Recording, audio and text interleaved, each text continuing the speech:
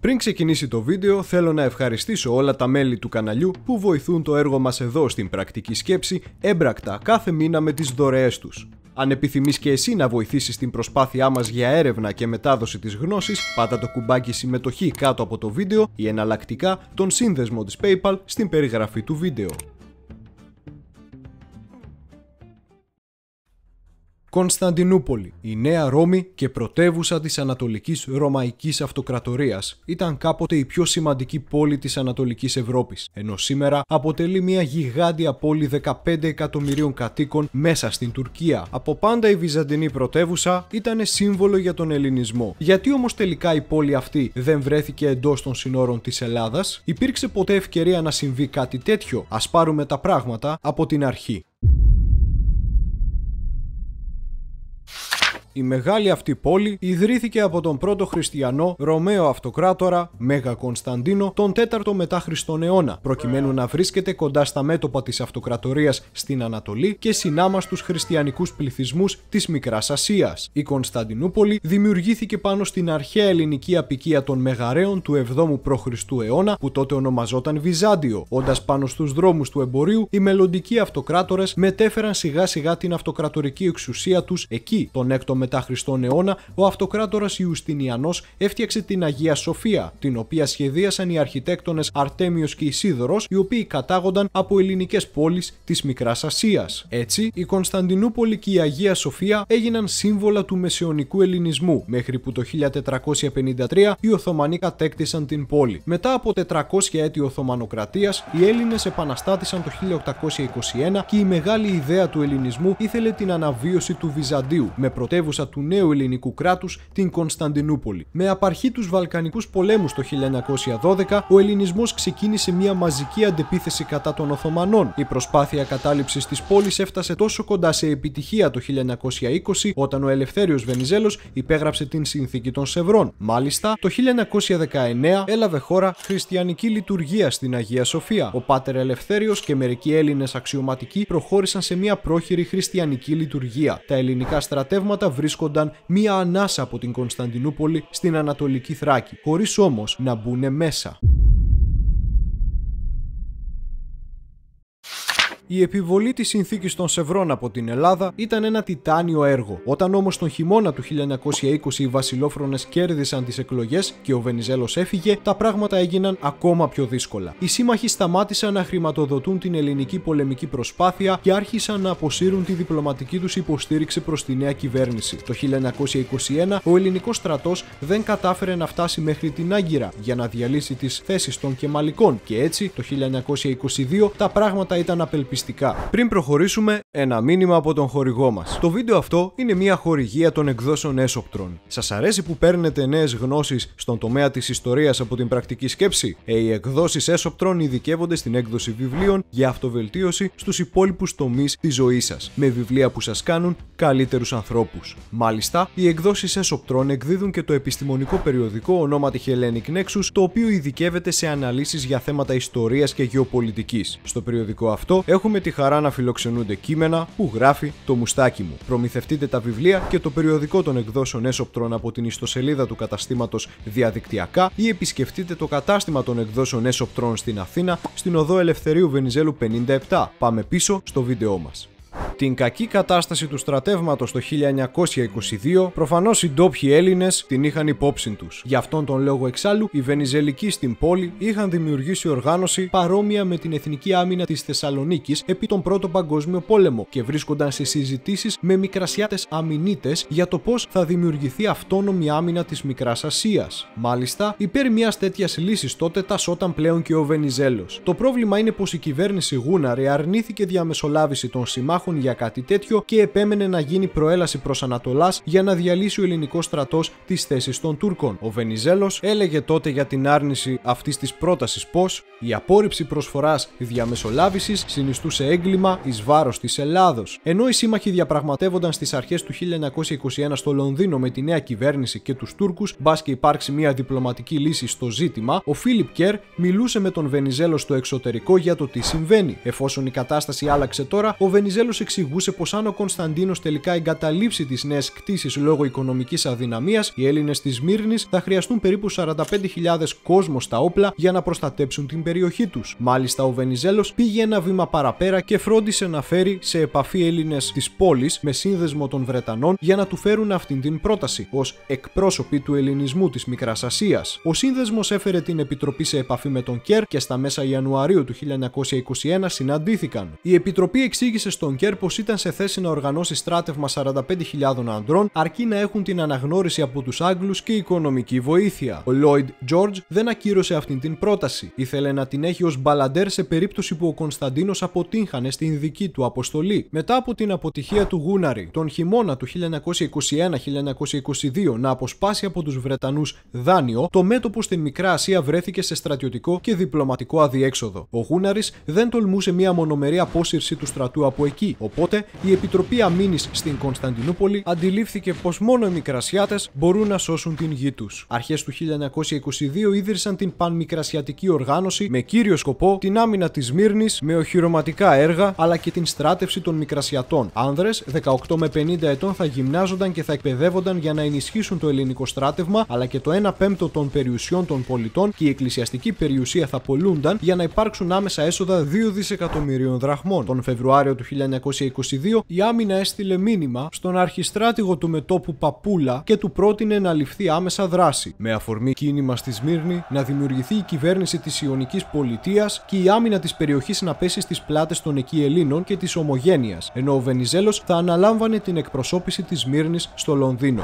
Ο Παπούλας βέβαια δεν δρούσε αυτόνομα. Με τη σειρά του έστειλε ανθρώπους του στην Αθήνα για να βολιδοσκοπήσουν αν η κυβέρνηση εκεί θα ανεχόταν ένα τέτοιο κίνημα. Η κυβέρνηση αρνήθηκε και ο γύρος διαπραγματεύσεων έληξε εκεί. Ο Βενιζέλος τόνιζε πως έπρεπε να δοκιμαστεί το κίνημα ως τελική ελπίδα, παρόλο που είχε λίγες πιθανότητες επιτυχίας. Επιπροσθέτως, ούτε οι Βρετανοί, όταν ενημερώθηκαν για το κίνημα της άμυνας της πόλης, δεν ήταν ευχαριστημένοι και ενημέρωσαν τον Παπούλα πως δεν επιθυμούν κάτι τέτοιο. Έτσι, τον Απρίλιο, που η άμυνα ήρθε και πάλι σε επαφή με τον Παπούλα, ο δεύτερος αρνήθηκε να πράξει το οτιδήποτε για ένα κίνημα. Οι Μικρασιάτες όμως δεν πτωήθηκαν. Ο Μητροπολίτης Σμύρνης Χρυσόστομος με μέλη της Μικρασιατικής Άμυνας πήγαν στον Στεριάδη για να του δείξουν επιστολή του Βενιζέλου που προέτρεπε να οργανωθεί άμυνα στα μετόπισθεν και να βρεθούν 2 δισεκατομμύρια από την περιουσία των Μικρασιατών. Ο Στεριάδης, μόλις τους είδε, άρχισε να φωνάζει και τους έδειχνε το μαστίγιό του. Τι σημαίνει Μικρασιατική άμυνα? Και ποιοι είστε εσείς? Και πού ξέρετε ότι είμεθα σε κίνδυνο? Και εσύ φταίς, Χρυσόστομε. Μόλις του είπαν ότι ξέρουν από τον Βενιζέλο για την κατάσταση και πως έστειλε επιστολή, ο Στεριάδης αμφισβήτησε και τον Βενιζέλο ακόμα γιατί ήταν στο εξωτερικό, αλλά ζήτησε να δει την επιστολή. Τελικώς δεν βγήκε τίποτα από τη συνάντηση και η άμυνα δεν οργανώθηκε. Ο αρμοστής υπάκουσε στη βασιλική κυβέρνηση και έβαλε τέλος στις συζητήσεις με την άμυνα, και από τότε η φιλία του με τον Βενιζέλο έπαυσε. Εν συνεχεία, η Μικρασιατική Άμυνα πήγε στην Αθήνα να δει τον πρωθυπουργό Γούναρη για το ίδιο ζήτημα, αλλά αυτός τους διαβεβαίωσε ότι δεν υπήρχε λόγος να φοβούνται γιατί ο στρατός δεν θα φύγει από την Μικρά Ασία ακόμα και αν την πάρει ο Κεμάλ. Η οργάνωση ήθελε να έρθει σε επαφή και με τον Βενιζέλο στο Παρίσι για να τους δώσει συμβουλές και να πείσει τον Στεριάδη να αναλάβει την αρχηγία του κινήματος. Ο Στεριάδης το έμαθε και απαγόρεψε οποιαδήποτε επίσκεψη Μικρασιατών στον Βενιζέλο, ενώ δεν δίστασε να φυλακίσει μέλος της Επιτροπής της Άμυνας. Το σχέδιο για την άμυνα βέβαια δεν ήταν εύκολο. Το πρόβλημα με το Ιωνικό κράτος ήταν το από πού θα έβρισκε ανεφοδιασμό και άνδρες. Βενιζελικές εκτιμήσεις θεωρούσαν πως θα βρίσκονταν μόλις 40.000 με το ζόρι και η μισή τουλάχιστον θα ήταν άπειροι νεοσύλλεκτοι. Ένα από τα κύρια ερωτήματα οπότε που απασχόλησαν την ελληνική κοινή γνώμη ήταν: για ποιον λόγο η συμμετοχή Ελλήνων από την Μικρά Ασία στο ελληνικό στράτευμα ήταν τόσο μικρή σε σύγκριση με τον συνολικό τους αριθμό? Πώς γίνεται δηλαδή ένας ελληνικός πληθυσμός περίπου 3 εκατομμυρίων όλης της Μικράς Ασίας, του Πόντου και της Ανατολικής Θράκης κατέληξε να διαθέσει μόλις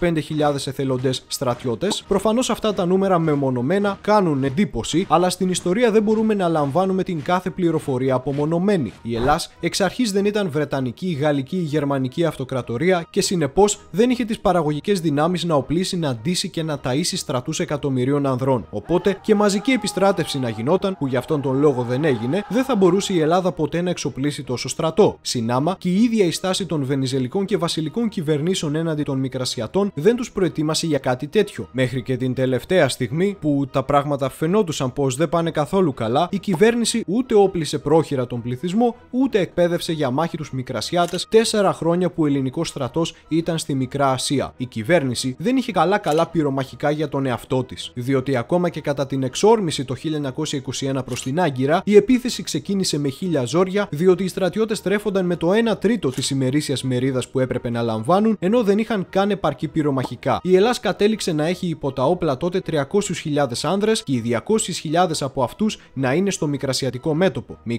25.000 από αυτούς να είναι Μικρασιάτες.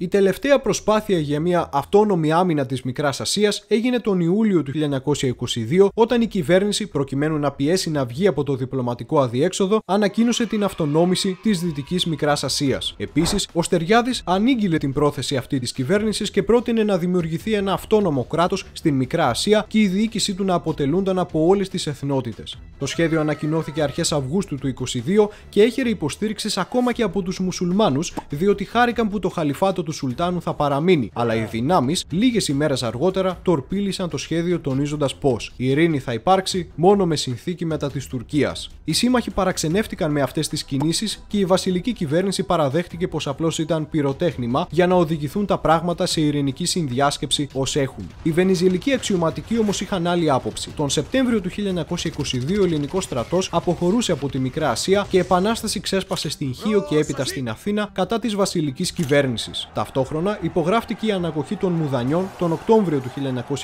1922 μεταξύ Ελλάδος και Τουρκίας, με τις δύο χώρες να αρχίζουν μακρές διαπραγματεύσεις για την λήξη του πολέμου. Οι βενιζουελικοί αξιωματικοί που έκαναν το πραξικόπημα δεν ήθελαν σε καμία περίπτωση η Ελλάδα να εγκαταλείψει την Ανατολική Θράκη και η κατάληψη της Κωνσταντινούπολης ήταν μονόδρομος για αυτούς. Στην Ανατολική Θράκη υπήρχε τιμοπόλεμο σώμα 100.000 ανδρών υπό τον βενιζουελικό στρατιωτικό Θεόδωρο Πάγκαλο. Την ίδια στιγμή, ο Βενιζέλος κλήθηκε από το εξωτερικό να διαπραγματευτεί τη συνθήκη της Λοζάνης με τους Τούρκους, αλλά σύντομα θα διαφωνήσει με τους αξιωματικούς. Οι αδιάλεκτοι Τούρκοι απαιτούσαν πολεμική αποζημίωση από την Ελλάδα και οι αξιωματικοί πίεζαν τον Βενιζέλο να τους επιτρέψει να επιτεθούν στην Κωνσταντινούπολη για να ασκήσουν πίεση. Αυτός που τελικά επέβαλε ψυχραιμία στον στρατό ήταν ο Νικόλαος Πλαστήρας και εν τέλει ο Βενιζέλος κατέληξε να δώσει την Ανατολική Θράκη στους Τούρκους για να μην ζητούν πολεμική αποζημίωση. Η προέλαση προς την Κωνσταντινούπολη δεν έγινε ποτέ. Περίπου 500.000 Ελληνοορθόδοξοι έμειναν στην Κωνσταντινούπολη και στα νησιά Ήμβρος και Τένεδος, εξαιρούμενοι από την συνθήκη ανταλλαγής πληθυσμών. Όμως η Τουρκία είχε άλλα σχέδια.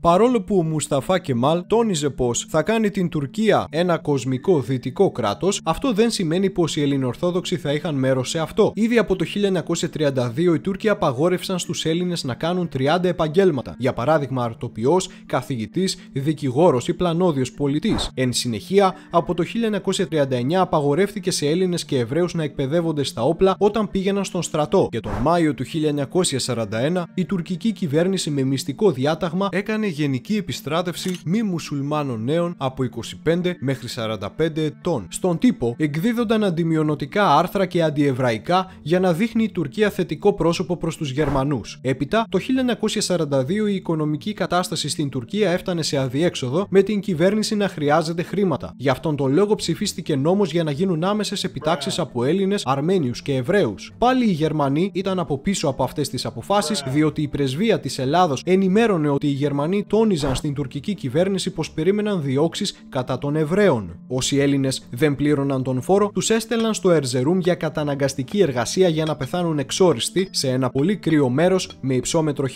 1800 μέτρα και ανύπαρκτες υποδομές. Μαζί με αυτό το μέτρο, τουρκικές εφημερίδες ξεκίνησαν νέο κύκλο προπαγάνδας κατά των μειονοτήτων για το ότι κάνουν εσχροκέρδεια. Οι Τούρκοι έβαλαν ένα νέο φόρο ονόματι Βαρελίκη, με πρόσχημα ότι αντιμετωπίζει την μαύρη αγορά, αλλά ο σκοπός του φόρου αυτού ήταν να εξοντωθούν οι μη μουσουλμάνοι. Το μαρτύριο αυτό τελείωσε όταν το 1942 έκλεισαν τα στρατόπεδα συγκέντρωσης και όσοι επέζησαν επέστρεψαν στην πόλη. Μπορεί η φαινομενική ελληνοτουρκική φιλία εκείνων των δεκαετιών να υπήρχε, αλλά όλα αυτά τα γεγονότα σιγόβραζαν την σύγκρουση που ήρθε τελικά. Όταν τον Απρίλιο του 1955 η οργάνωση ΕΟΚΑ στην Κύπρο ξεκίνησε απελευθερωτικό αγώνα κατά των Βρετανών, αποφασίστηκε η σύγκρουση. Στις 5 Σεπτεμβρίου του 1955 εκρήγνεται βόμβα στο τουρκικό προξενείο στην Θεσσαλονίκη, που είχε δοθεί από μουσουλμάνο Έλληνα υπήκοο Κομοτηνής στις αρχές του προξενείου για να την τοποθετήσουν. Η προβοκάτσια έλαβε χώρα και το σύνθημα για το χτύπημα είχε δοθεί. Οι τουρκικές εφημερίδες ενημέρωσαν τους Τούρκους πως εξεράγει βόμβα και κατέστρεψε ολοκληρωτικά το τουρκικό προξενείο. Πράγμα ψευδές, και οι παρακρατικές οργανώσεις στην πόλη ανέλαβαν δράση. Στις 6 Σεπτεμβρίου είχε σειρεύσει μεγάλη μάζα Τούρκων στην Κωνσταντινούπολη από τα βάθη της Τουρκίας και ξεκίνησαν εθνικιστικές ομιλίες πριν από το απόγευμα. Στις 6:30 το απόγευμα οι Τούρκοι ξεκίνησαν πορεία στους δρόμους της πόλης, ενώ φορτηγά μετέφεραν τους βάνδαλους σε σημεία που υπήρχαν περιουσίες Ελλήνων. Στις 7 το απόγευμα και ενώ ο ήλιος είχε δύσει, ο τουρκικός όχλος ξεκίνησε επιθέσεις σε ελληνικούς στόχους. Τα μαγαζιά των Ελλήνων ήταν σημαδεμένα και ο όχλος χιλιάδων ατόμων προχώρησε σε πλιάτσικο. Συνάμα, εκκλησίες και πολιτιστικά ιδρύματα καταστράφηκαν, ενώ έπειτα σειρά είχαν τα ίδια τα σπίτια των Ελλήνων και οι Έλληνες μαζί τους. Οι Τούρκοι στοχεύουν τα σπίτια των Ελλήνων και αρχίζουν να πετούν πέτρες σε αυτά, σπάζοντας τα παράθυρά τους. Έπειτα